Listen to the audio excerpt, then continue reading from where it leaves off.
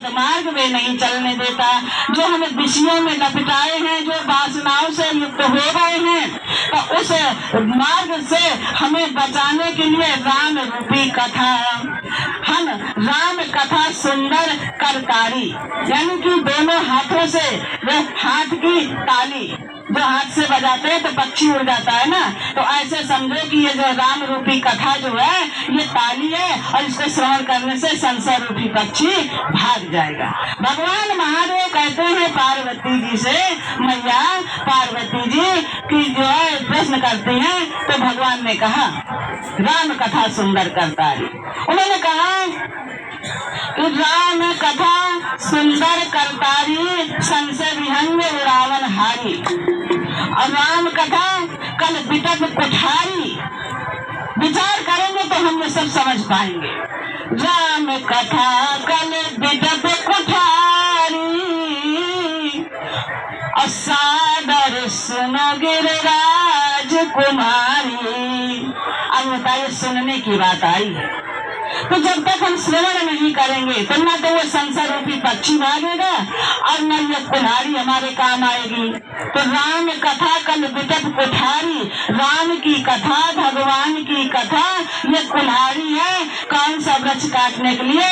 कलयुग रूपी वृक्ष को काटने के लिए भगवान श्री रामचंद्र जी की कथाएं हैं, भगवान माधव की कथाएं हैं। तो ये कलयुग रूपी वृक्ष काटा जा सकता है। और सादर सुनो, सम्मान सहित सुनो, सादर सुनो गिर राजकुमारी। राम कथा शशि किरण समाना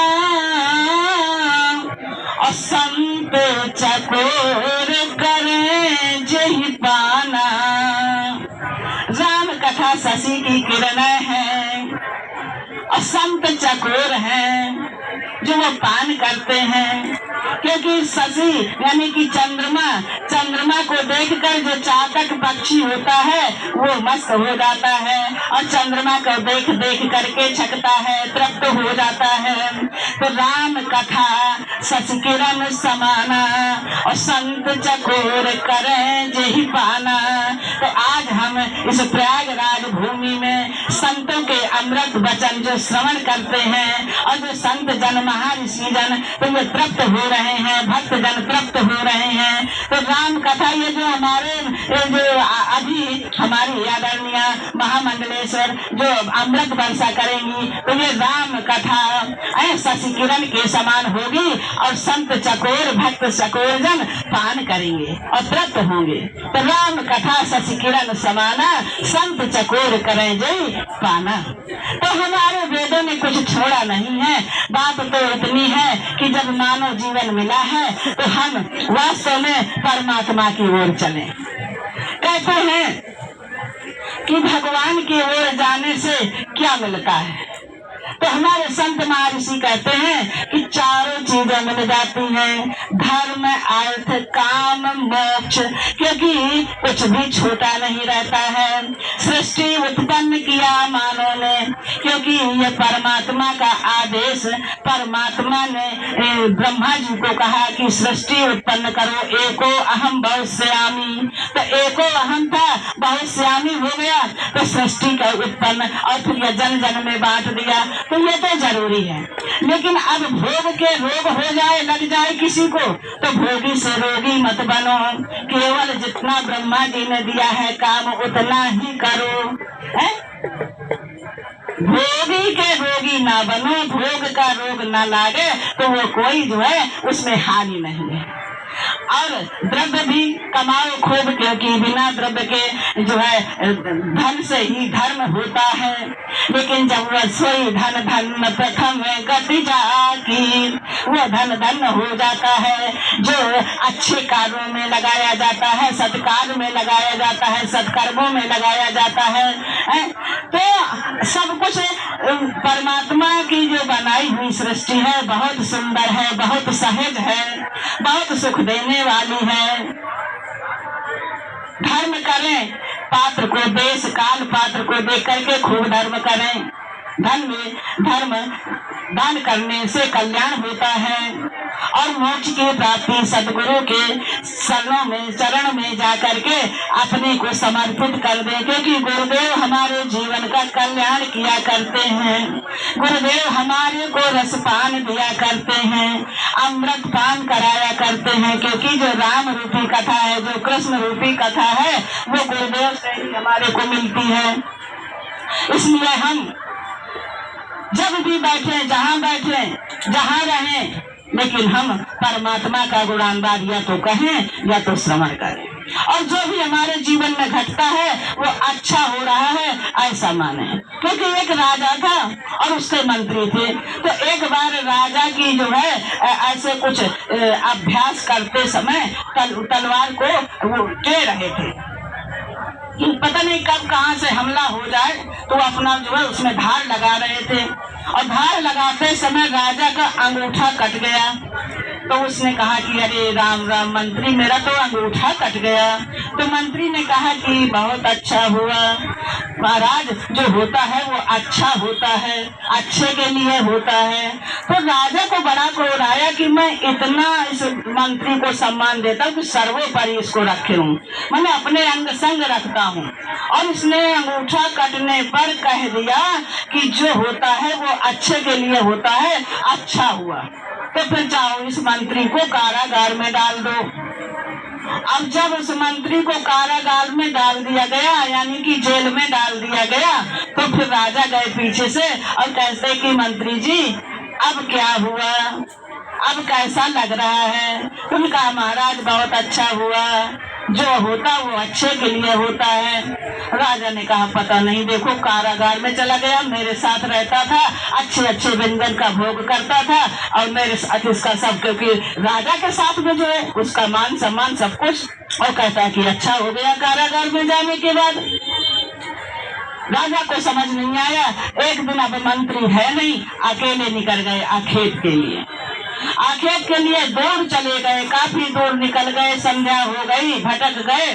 तब देखते क्या है कि कुछ दूसरे जो पड़ोसी राज के जो कुल भेल थे, उन्होंने कहा कि बलि देनी है, तो कोई देवी माता को, हमारे आराध्या को, तो कोई हस्त पुष्ट व्यक्ति मिल जाए तो उसको पकड़ लाओ। और जब पकड़ के राजा को ले गए तो कहें कि उसको बढ़िया नहलाओ धुलाओ, नहलाया धुलाया, कहें कि बढ़िया से इसको जो है भोजन करवाओ। भोजन कराया गया। अब कहें इसके चंदन टीका लगाओ, माला पहनाओ, सब कुछ किया। उसके बाद कहा देख लेना भाई, अरे कहीं इसका कोई अंग भंग तो नहीं है, क्योंकि माता हमारी खंडित बलि नहीं लेती है। तो जब उनको देखा गया तो कहें इनका तो अंगूठा कटा हुआ है, तो कहीं अंगूठा कटा है तो भैया इसको छोड़ दो, इसकी बलि हमारी माता स्वीकार नहीं करेंगी। तो राजा को छोड़ दिया। तो राजा के मानो प्राण बचे, तो कहें की जान बची तो लाखों पाए, और लौट के व्यक्ति घर को आए। तो अब जो है राजा इतने उतावले मन से अपने राज को आए, और जाते जाते बिल्कुल जो है वहीं पहुंचे जहां मंत्री कैद में था। और गए तो कहें की मंत्री, ये बात तो मेरे समझ में आ गई जो तुमने कहा था कि जो होता है वो अच्छे के लिए होता है और अच्छा होता है। तो ये बात समझ में आई कि आज ये अंगूठा न काटा होता तो आज तुम्हारा राजा जीवित न होता, उसकी तो बलि दी गई होती, और वो कौन भिन्न थे, मैं अकेला था, आज मेरी बलि चढ़ जाती, मेरे जीवन का अंत हो जाता। लेकिन अब ये बताओ कि तुम्हारे लिए क्या अच्छा हुआ? तुम तो अच्छे वाले हो और बढ़िया से राज में रहते थे, तो तुम तो जेल में बंद हो, कैद में हो। मैंने कहा महाराज अब इतनी सी बात तुम्हारे समझ में नहीं आई कि अगर मैं तुम्हारा मंत्री अंग संग रहने वाला और तुम्हारा तो अंगूठा कटा था और तुम अकेले कहीं मेरे बिना जाते नहीं थे, तो यदि मैं तुम्हारे साथ गया होता, जेल के बाहर होता, तो मैं तुम्हारे साथ अवश्य गया होता, तो तुम्हें तो छोड़ देते लेकिन हमारी बलि दे देते, क्योंकि हमारा तो अंगूठा कटा नहीं था। इसलिए राजन जो हुआ वो मेरे लिए बहुत अच्छा हुआ कि मैं कैद में था तो आप अकेले चले गए। राजा ने कहा हकीकत में जो होता है वो अच्छे के लिए होता है। तो हमारे देखने में कभी कभी लगता है कि हमारे विपरीत हो रहा है, लेकिन जो भगवान करते हैं वो बहुत अच्छा करते हैं। जब हम अपनी बुद्धि से करते हैं तो उल्टा सीधा हो जाता है, क्योंकि हमारी बुद्धि सीमित है और परमात्मा असीम है। परमात्मा तो नान्तम न मध्यम न पुनस्वादिम पश्चाम विश्वेश्वर विश्वरूप। अर्जुन कहते हैं कि न तो आपका आदि है, न अंत है, न मध्य है, आप विश्वरूप हैं, विश्वेश्वर हैं, विशंबर हैं। तो इसलिए परमात्मा का जो कार्य है वो अद्वितीय है, अवर्णनीय है। इसलिए परमात्मा की कथाएं तो जीव को सुनना ही चाहिए, मनुष्य मात्र को सुनना चाहिए, क्योंकि मनुष्य शरीर बार बार नहीं मिलेगा। ये जो है सोई सुंदर सोई सुभग शरीरा, जो तन पाय भजय रघुवीरा। हमारी आदरणीय जब आए तो हम उनका सम्मान करने के लिए उठेंगे और हमारी जो थोड़ा दिशा निर्देश करें। जब उनका समय हो हम तुरंत जो है विराम देंगे वाणी का। तो इस प्रकार से ये परमात्मा का विधान है। परमात्मा का बनाया हुआ संसार बड़ा सुंदर है। पुत्र सुख देने वाला है, पौत्र सुख देने वाला है, पति पत्नी माता पिता सब एक दूसरे के पूरक हैं संसार में। लेकिन बस वही है कि ये सब चलते चलते हम ईश्वर भजन कर ले। भाई चक्की चलाते चलाते अपना जब वो कील के जो कील होता है चक्की का, अभी बातें आई, कौन सी बात आई थी कि तुमने मेंटल नहीं देखा। मेंटल वास्तव में बहुत से ऐसे व्यक्ति हैं कि अभी तक मेंटल जानते हैं, देखा है। मेंटल एक होता, पहले गैस बत्ती होती थी तो उसमें लगा करके उसको जलाया जाता था और फिर उसको जो है जब वो अच्छे से जल जाता था तो प्रकाश देता था। लेकिन अब वो जल गया तो वो प्रकाश ही दे सकता है, वो एक से दूसरे में लगा के प्रकाश नहीं दे सकता। इसी प्रकार से जब मानव जीवन में वो परम प्रकाश का जो है ज्योति जब प्रकट हो जाती है, प्रज्वलित हो जाती है, सदगुरु की कृपा से आत्मज्ञान हो जाता है, आत्मबोध हो जाता है, तो फिर ये शरीर जीवन और मृत्यु से, पुनरावृत्ति से मुक्त हो जाता है। पुनरप जननम पुनरप मरणम जठरे जननी जठरे शयनम, ये संसार के लिए। और आवागमन का जो है बिल्कुल बंद हो गया, ये सदगुरु की देन है। तो अब सदगुरु कोई दूसरा नहीं है। सदगुरु बिना संसार का न भेद कोई पा सके, क्योंकि सदगुरु ही, चाहे राम हो हमारे भगवान, कृष्ण हो हमारे भगवान, चाहे तो कोई भी, लेकिन सबने गुरुदेव का सम्मान किया है, गुरु के शरण गए। तो हम पावन जीव और गुरुदेव की शरण में नहीं जाएंगे तो हमारे जीवन का कल्याण नहीं होगा। तो इसलिए हमारे को सत्संग में, सदगुरु के शरण में, श्रेष्ठ जनों के संगति में और परमात्मा के गुणानुवाद जहाँ भी होता हो वहाँ निर्माण होकर के जाना ही चाहिए। तो हमारे मानव जीवन का कृतार्थ हो जाता है, कल्याण हो जाता है। मानव जीवन हमारा जो है स्वयं सुंदर स्वयं सुबह शरीर तो यह है, लेकिन है कब? जब ये सत्संग करे, परमात्मा का गुणानुवाद श्रवण करे। तो वास्तव में ये जीवन धन्य हुआ इस पावन भूमि पर आने के बाद, ऐसे सदगुरु की प्राप्ति हो जाने के बाद, क्योंकि से जननी से सुत बड़ा भागी, जो पितु मात बचन अनुरागी। ऐसा हमारे भारत भूमि के संतान है हमारे भगवान श्री राम, क्योंकि मर्यादा पुरुषोत्तम भगवान श्री रामचंद्र जी की जब कथाएं हमारे जब बीच में आती हैं तो लगता है कि हमारे बच्चों को कैसा होना चाहिए, हमें कैसा होना चाहिए। तो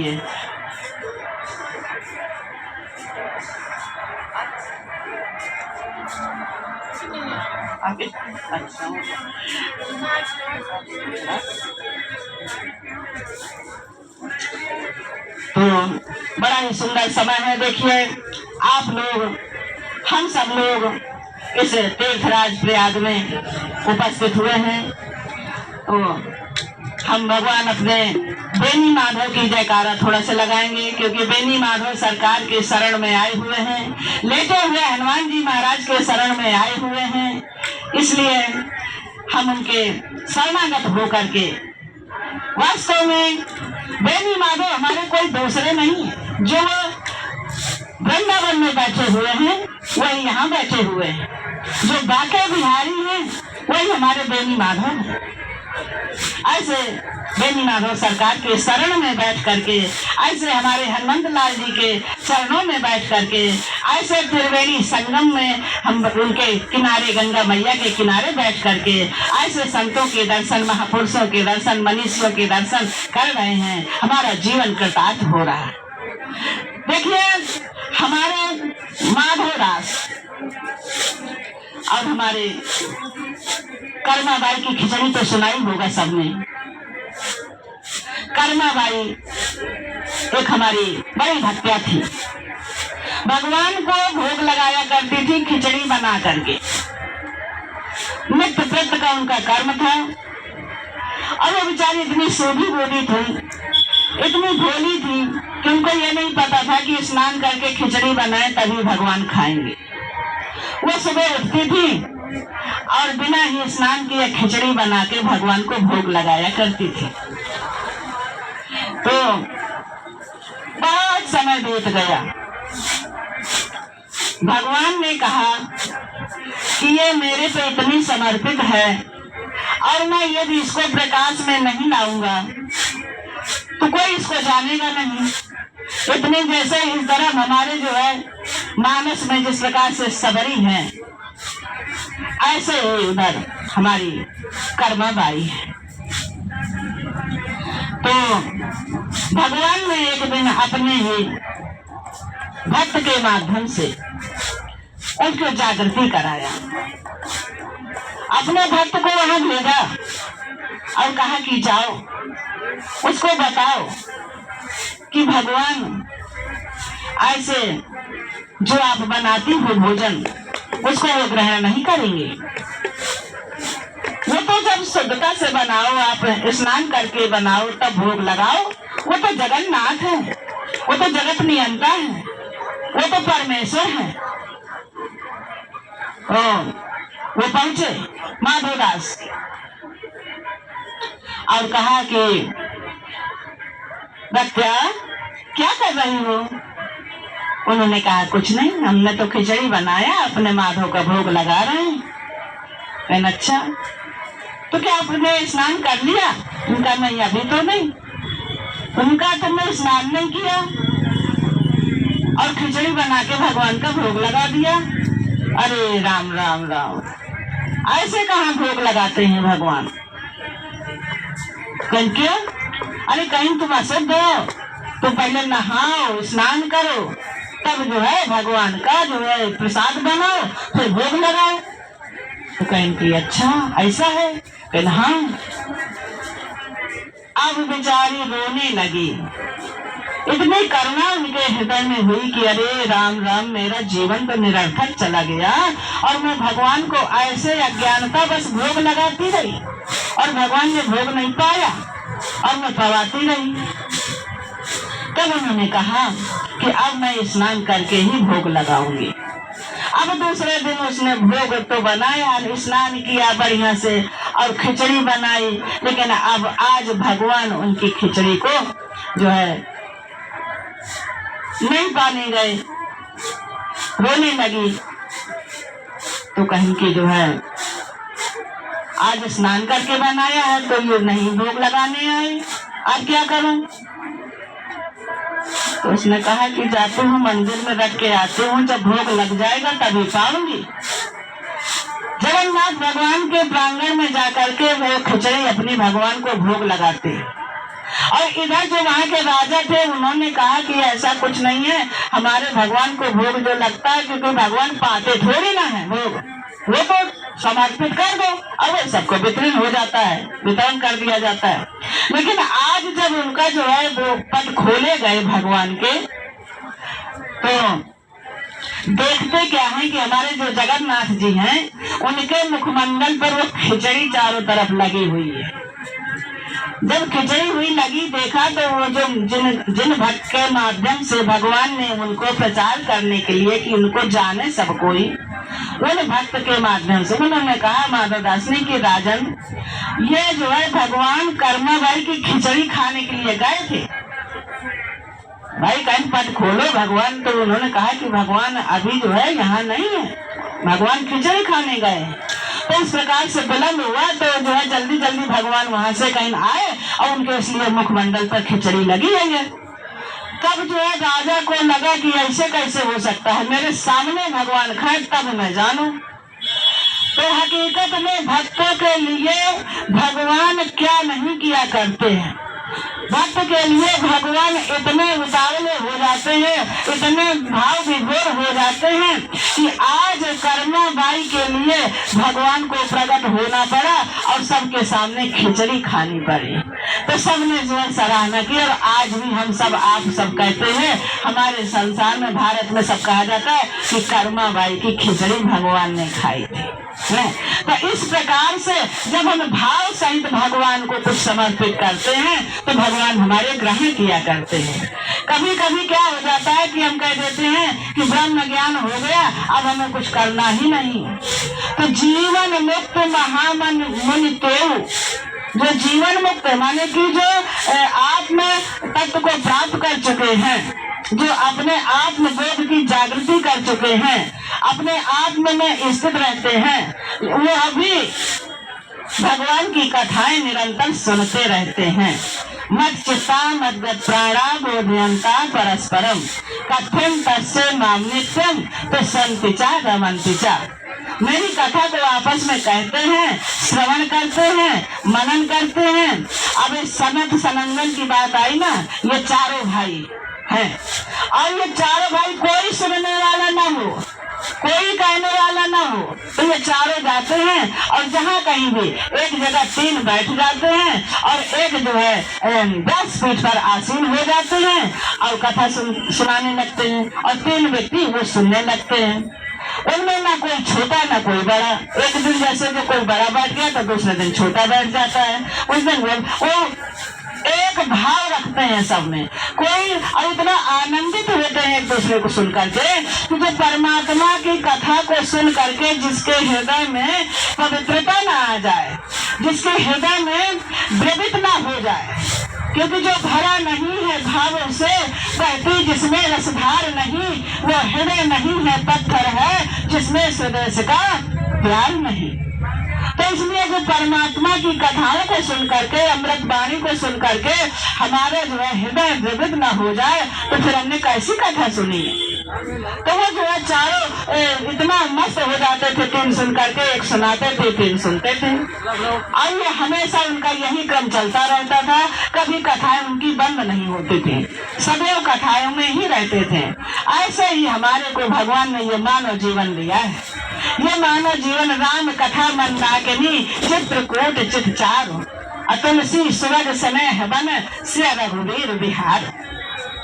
ये राम कथा मंदाकिनी है। मुद मंगल में संत समाजो अजय जग जंगम तीरथ राजू राम भगत जहाँ सुर सरिधारा सल सही ब्रह्म विचार प्रचारा।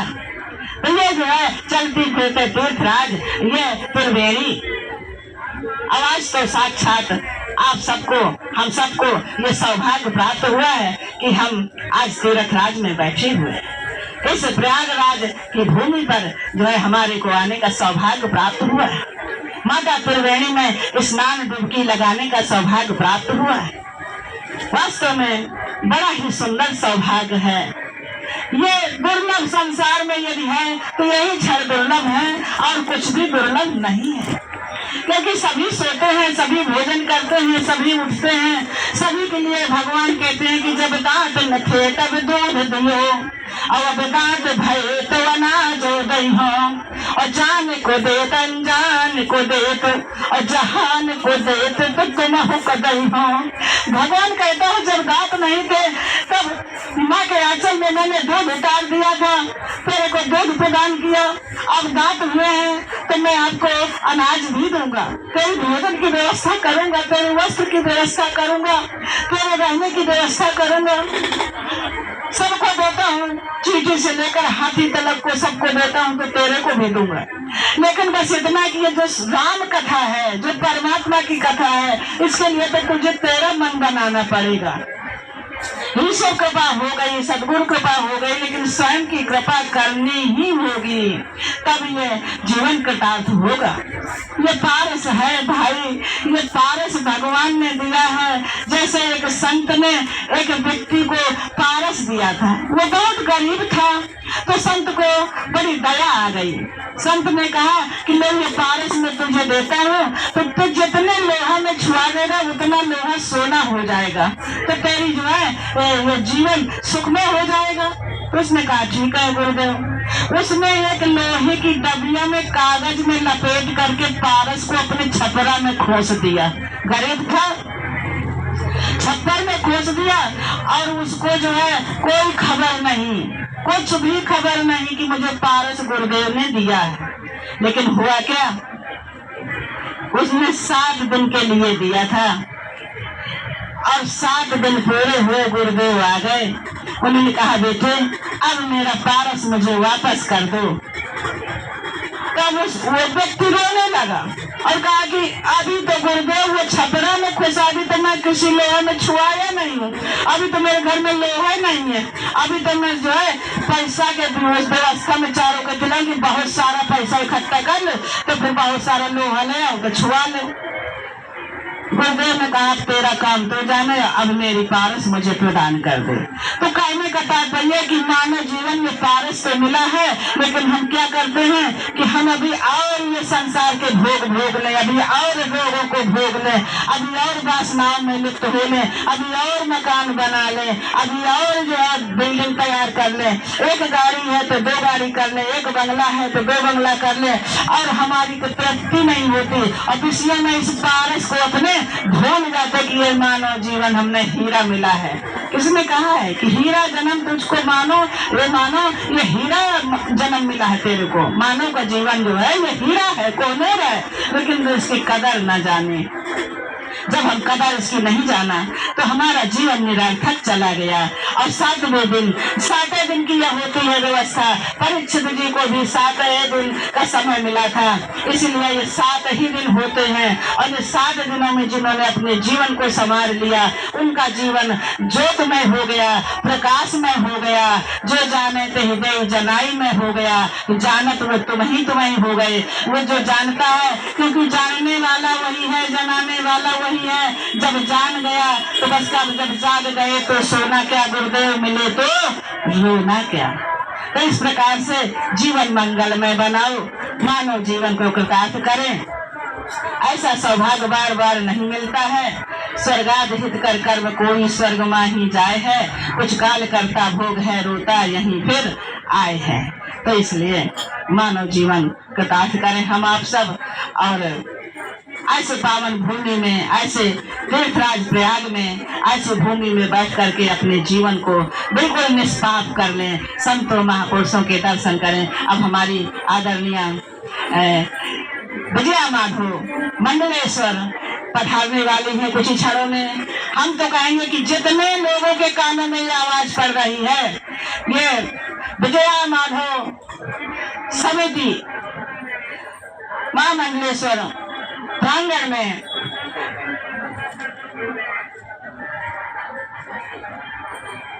शाश्वत धर्म की प्रेरणा, वास्तव में आप सभी का जीवन मंगलमय हो जाएगा। ऐसे अमृतमय वचनों को श्रवण करेंगे तो जहाँ तक भी हमारी आवाज पहुँच रही हो, हम तो प्रार्थना करेंगे, निवेदन करेंगे कि आप सभी लोग आकर के यहाँ एकत्रित हों और ऐसे हमारे आदरणीय पूज्य महामंडलेश्वर के अमृतमय वचनों को श्रवण करें और अपने जीवन को कृतार्थ करें। बोलिए बेनी माधव सरकार की जय।